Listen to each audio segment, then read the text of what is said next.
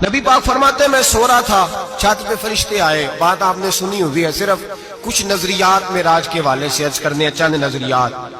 نبی پاک فرماتے ہیں حضرت جبریل نے چھت کے اوپر سے انہوں نے تھوڑا سا حصہ کھولا، چھت پھاڑی.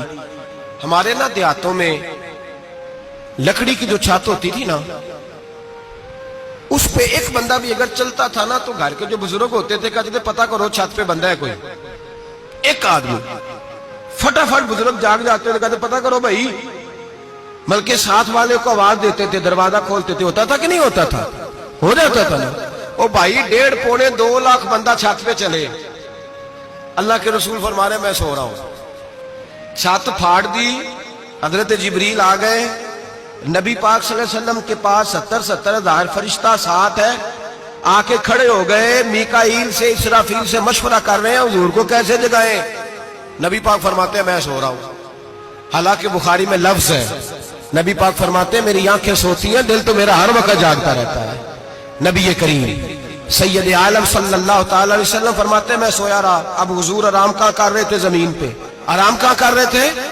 حضور علیہ السلام زمین پہ آرام کر رہے تھے. جناب جبریل جھکے. کتنا جھکے کہ حضور کے قدم ہی چوم لیے.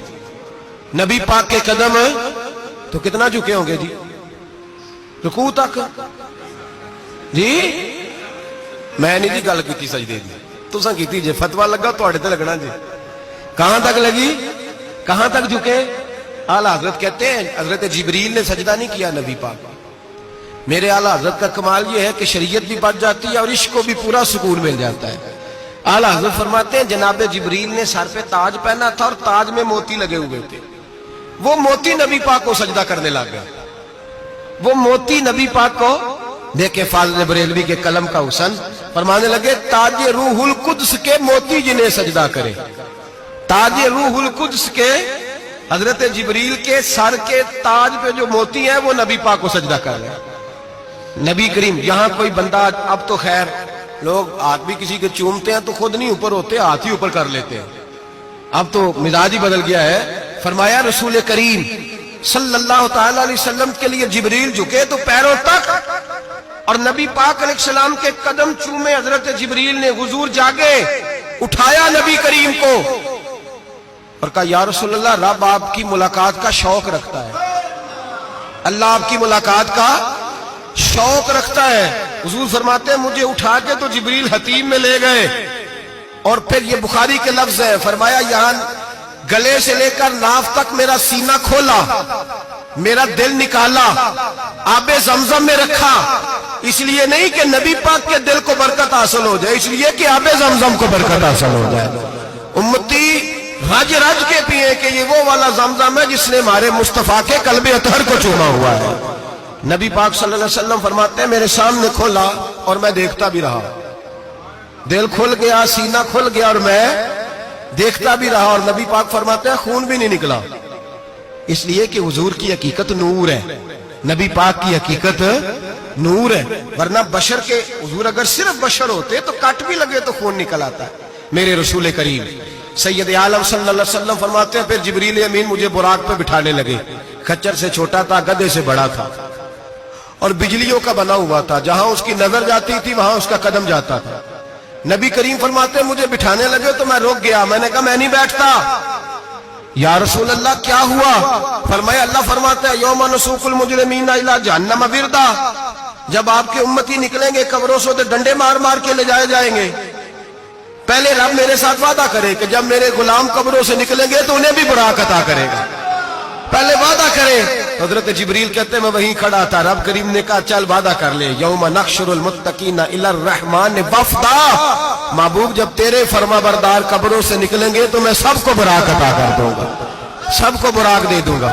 نبی کریم فرماتے ہیں میں براق پہ بیٹھا، سفر شروع ہوا. نبی رحمت علیہ السلام فرماتے ہیں میں گزرا. یہ بات آپ نے سنی ہوئی ہے پر بیان کرنے بھی بڑی ضروری ہے. مررت علی الموسیٰ فہو یصلی فی قبرہ، رواہ مسلم.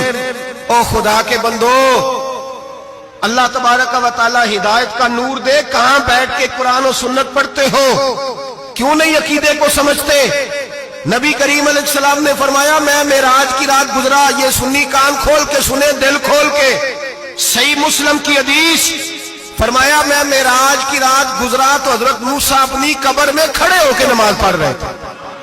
حضرت موسیٰ اپنی قبر میں, بولے سارے, اپنی قبر میں, حضرت موسیٰ اپنی قبر میں کھڑے ہو کے. اب آؤ, حضرت سعید بن مسیب تابعی ہیں, صحابہ کے شاگرد ہیں. وہ کہتے ہیں جب یزیدی فوجوں نے مدینے پر حملہ کیا اور یزید کا مقرر کردہ امام آیا تو صحابہ کرام مسجد نبی چھوڑ گئے. 3 دن تک مسجد میں نماز, کہا ہم یزیدی امام کے پیچھے نماز نہیں پڑھیں گے. مدینے پہ حملہ ہوا, مکے پہ حملہ ہوا. حضرت سعید بن مسیب کہتے ہیں میں دیوانہ بن کے, مجنون بن کے اندر گھس گیا. یزیدی فوجیں سمجھی میں دیوانہ ہوں, شاید پاگل ہوں, مجھے انہوں نے تکلیف کوئی نہ دی. فرماتے میں نبی پاک کی قبر کے ساتھ ٹیک لگا کے بیٹھا تھا, زور کا وقت ہوا تو میں رونے لگ گیا. اب میں نماز کیسے پڑھوں گا, اذان کا کیسے پتہ چلے گا. آپ فرماتے ہیں مجھے اللہ کی عزت کی قسم, جب اذان کا وقت ہوا تو نبی پاک کی قبر سے اذان کی آواز آنے لگی. فرماتے جب جماعت کا وقت ہوا تو حضور کی قبر سے اقامت کی آواز آئی, پھر جماعت کی آواز آئی, اور میں نے اپنے نبی کے پیچھے زور کی نماز ادا کی. حضور کے پیچھے حضرت موسیٰ اپنی قبر میں نماز پڑھے, اور میرے رسول تو قبر میں جماعتیں کراتے ہیں. حضور جماعتیں کراتے ہیں, اور آپ فرماتے ہیں میں 3 دن مسجد, کان کھول کے دل کھول کے سنو, ہم نے کوئی ریڈی میڈ عقیدہ نہیں اپنایا, ہم کوئی دائیں بائیں سے پکڑ کے نہیں لے آئے کہ وہ فلاں آیا تھا بہت بڑا, اس نے جبہ کبہ پہنا تھا تو اس کے پیچھے لگ گئے. ہم کسی کو نہیں مانتے, ہم تو مانتے ہیں رسول اللہ کے غلاموں کو, ہم تو مانتے ہیں صحابہ کو. ہمیں حضرت سعید بن مسیب بتا گئے ہیں کہ جو کہے تجھ کو مردہ تو مردہ ہے واللہ, تو زندہ ہے واللہ, تو زندہ ہے واللہ, تو زندہ ہے واللہ. میری چشم عالم سے چھپ جانے والے میرے رسول کریم صلی اللہ علیہ وسلم نے فرمایا موسیٰ اپنی قبر میں کھڑے ہو کے نماز پڑھ رہے تھے. حضرت موسیٰ اگر زندہ ہے تو جو موسیٰ کے بھی امام ہے, جو جناب موسیٰ کے بھی ایسے ہی فٹافٹ. ہم پہ تو کسی کا روب طاری نہیں ہوتا, اتنی موٹی جلدیں لوگ کتابوں کی دے جاتے ہیں, کہتے پڑھو جی کی لکھے ہے. میں کیا, اصل میں اس کے دل میں پیار نہیں, اس نے صرف محمد لکھ کے صلی اللہ علیہ وسلم لکھا ہے. یہ تھوڑی دیر بیٹھتا بریلی کے امام کے پاس تو اسے بتاتے ہیں حضرت محمد نے لکھنا چاہیے, لکھنا چاہیے امام الانبیاء, سرور کون و مکان, تاجدار حالات, لکھنا چاہیے مشکل کشا, حاجت روا, حبیب خدا محمد مصطفیٰ صلی اللہ. تمہیں تو نام نہیں ڈھنگ سے لکھنا آتا, تم مصطفیٰ کی بات کیا کرو گے, تمہیں کیا خبر. میلاد کی بات آئے تو جائز نہیں, معراج کی بات آئے تو کہتے ہیں خواب میں ہوئی تھی. کیا بغض ہے, رٹا کیا ہے. اعلیٰ حضرت فرماتا ہے کھائے تجھ کو تپے سکر, تیرے دل میں کس سے بخار ہے. حضور کی شان کی بات آتی ہے تو اڑ جاتا ہے. ابو بکر صدیق سے پوچھ, ابو جہل نے آ کے کہا تیرا رسول کہتا ہے میں 18,000 سال کا سفر 1 منٹ میں طے کر آیا ہوں, زمین جنت دوزخ ہر شے دیکھ آیا. ابو جہل کہہ رہا ہے. ابو بکر صدیق فرمانے لگے اگر محمد عربی نے کہا تو آ کر ساتھی کہا ہے, اگر رسول اللہ نے کہا ہے تو آ کر ماننے والا, عقیدہ بنا ماننے والا. ایسے لوگ سڑک پہ بیٹھ کے بات کر دیتے ہیں اور فٹافٹ سنی بھی مسئلہ پوچھنے آ جاتا ہے, کہتا ہے جی وہ فلانا مولوی کا, وہ کون ہوتا ہے, کون ہے وہ, کس کی بات کر رہے ہو. بات کرنی ہے تو ابو بکر صدیق کی کرو, عثمان غنی کی کرو, مولا علی کی کرو, انس بن مالک کی کرو, طلحہ اور زبیر کی کرو.